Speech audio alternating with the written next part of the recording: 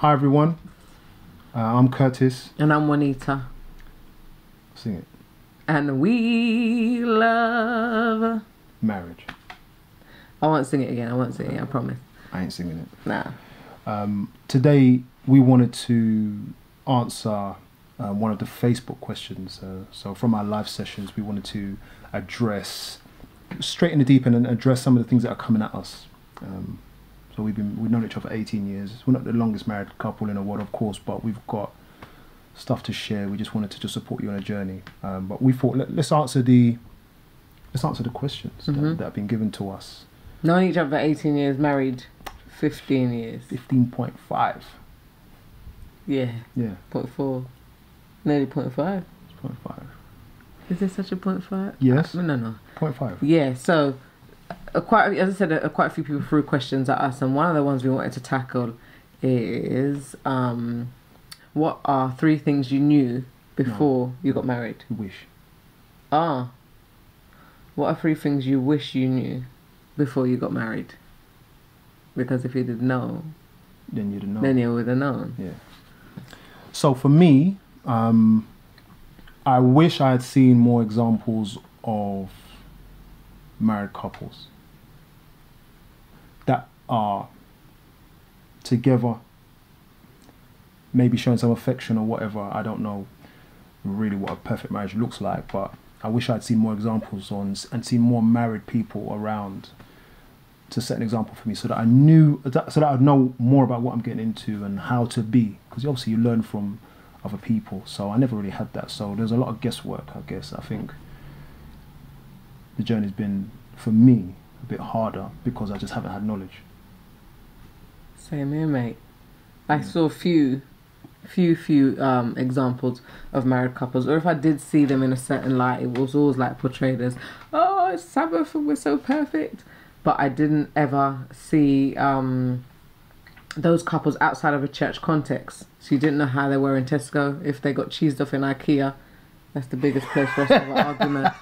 IKEA, it sets us off. No, used to.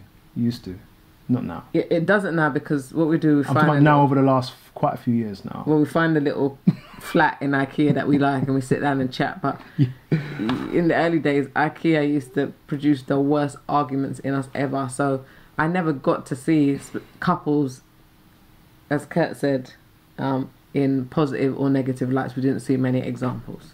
So that's what your first wish that you had before we got married. Yeah. Mine is, I wish that I had known that there was no blueprint, because I think that I started to compare myself with specific models and thinking, I don't do it like that, or I don't dress like her, or I don't behave like her, or in public, he goes and gets his own dinner in the queue, or do I go and get it? Am I less of a wife if I do? That I realised that there was, I wish I knew that there was no blueprint. No one showed you. That there is no blueprint. Okay. That you make it your own. You make what you have your own. Make your own. And you make your own blueprint, and it can't be copied because it's uniquely used. So I wish I had known that there was no blueprint, and then some of that pressure what I experienced wouldn't have been there at all. For me, I wish I knew that I needed the amount of patience I needed for this journey. Break that down. So obviously, if you have an argument, for example, the argument will disappear. Do you know what I mean? It doesn't stay forever. It's like you'll overcome the anger. But back in the day, and I mean way back, way back in the day, it would be a thing where I would be angry thinking, this is it. And so I think sometimes even couples might even split up because they think they'll go the anger and it doesn't go so easily, but it will go. And for me, I look back and I think, man, of all the disputes that we've ever had, they've disappeared. Do you know what I mean? And I would make judgments based on that.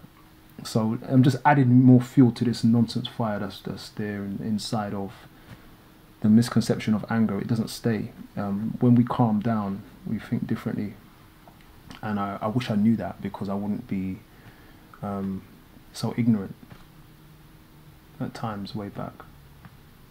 You know, our differences will go. I wish I knew I needed more patience back in 2002. Two. What about you? Up until 2015. Since 2003, I've been fine. Anyhow. Yeah. I wish I knew that life would be difficult. I had a statement the other day. I will clarify it. I had a statement the other day at the marriage counsellor. It just said life is difficult, full stop. And I thought, I've always been running away from difficulties. Every time I see difficult road come back or horrible avenue or I don't know, mad street, I'm just like, nope, not going down that way. Not recognising that life is difficult, but it's what you do with the difficulty in life. There are difficult decisions you've got to make in life. There's difficult situations in life and they cannot be avoided once you are on planet Earth, living and breathing and having your being. And I was trying to avoid all that difficult stuff, thinking, oh no, it's not happening, closing my eyes and thinking it can't possibly be because this is an absolute fairy tale and it's never going to be difficult. But I realised of late that life is difficult and I've embraced that. It's not that I'm embracing the negative or the bad, I'm embracing that this is what life brings, but it's what we do together with the difficulty is what will make us at the end of the day. So I wish I knew before I got in that it wasn't like, oh my days, you're getting married, you're going to look beautiful, you're going to have a nice dress and you're going to have a nice house and children, car, whatever. I wish somebody said to me, it's going to be difficult. Stuff can happen. But you can make it, yeah. Like you can fall into debt. It doesn't matter how much money you earn, you can fall into debt, someone can die, your children, put a lot of pressure on. Baggage, getting on each other's nerves, do you know what I mean? These things are difficult situations in life, made redundant at work. It could be a matter of the fact that somebody may feel de-skilled or devalued at some point in a relationship. Even depression can settle in. Now these things are difficult, but these things are part of life. And I wish I had known that these things would come, then it wouldn't be such a surprise and I wouldn't have been spending a lot of my years running from them or actually denying that they were happening. Just deep. I wish that I had known how to make you happy before I got married. You know that dating phase, yeah? We were just suckers for it, do you know what I mean? And when you get married, you know, before we got married, or as we got married, I thought, you know what, I'm going to look after you nicely. In my head, I was like, I won't mess up because I've made her happy for the last year. For the first year? No, before marriage. Oh, okay. The dating time. I thought, you know, I made her happy. I'm gonna be alright. But I had no idea how to make you happy.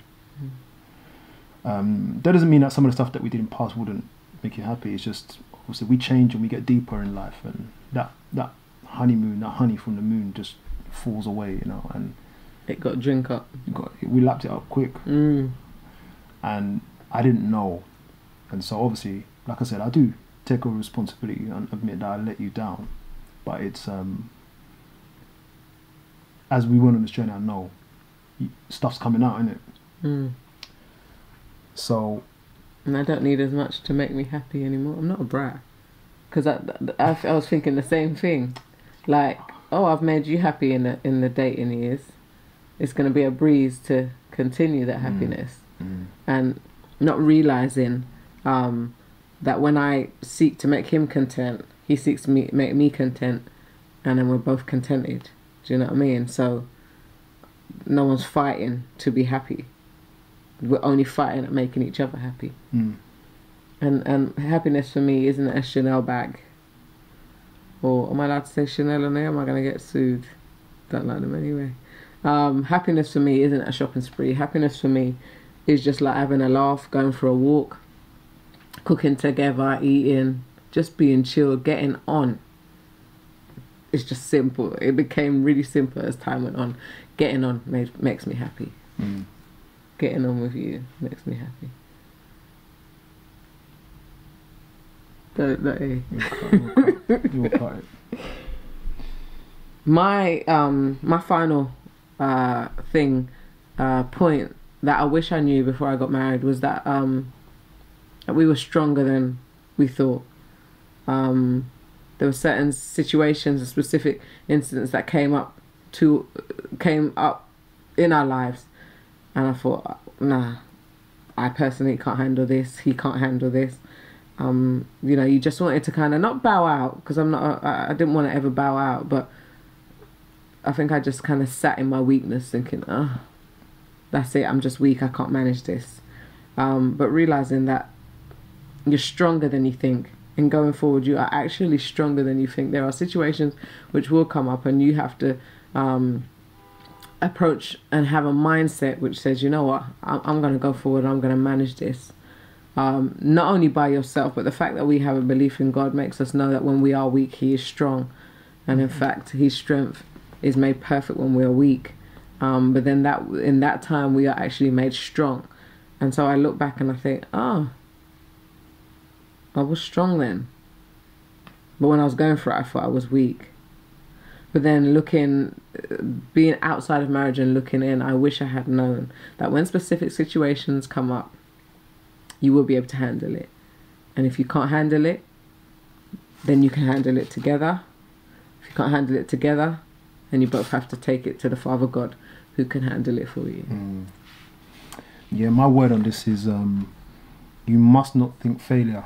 I believe personally that too much divorce is happening because people just aren't prepared to go that distance on the struggle, and it's just a temporary thing. Always is temporary.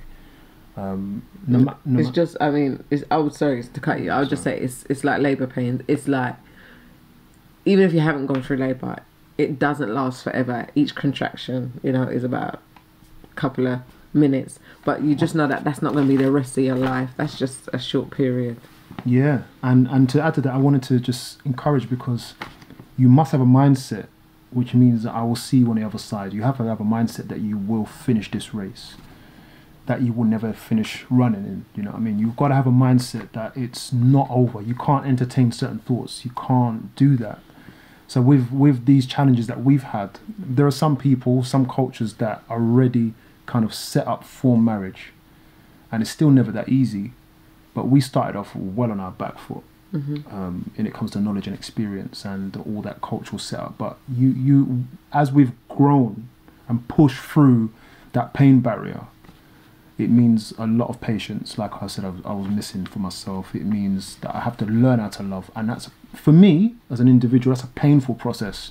You have to push through it. You have to push for forgiveness, and eventually you will learn how to make each other happy, responding to each other. But it's a mindset that you have to have, in that you've got to have a goal in your heart. This is what I'm going to do. This is what I need. This is the end point, and then aim for that. Amen. Yeah. Please visit. I've done mine. Oh. I did it. Oh, okay. Yeah. Please visit theoriginalplan.org. No, joke. You could do, but please visit welovemarriage.co.uk for more videos, and we would love your feedback.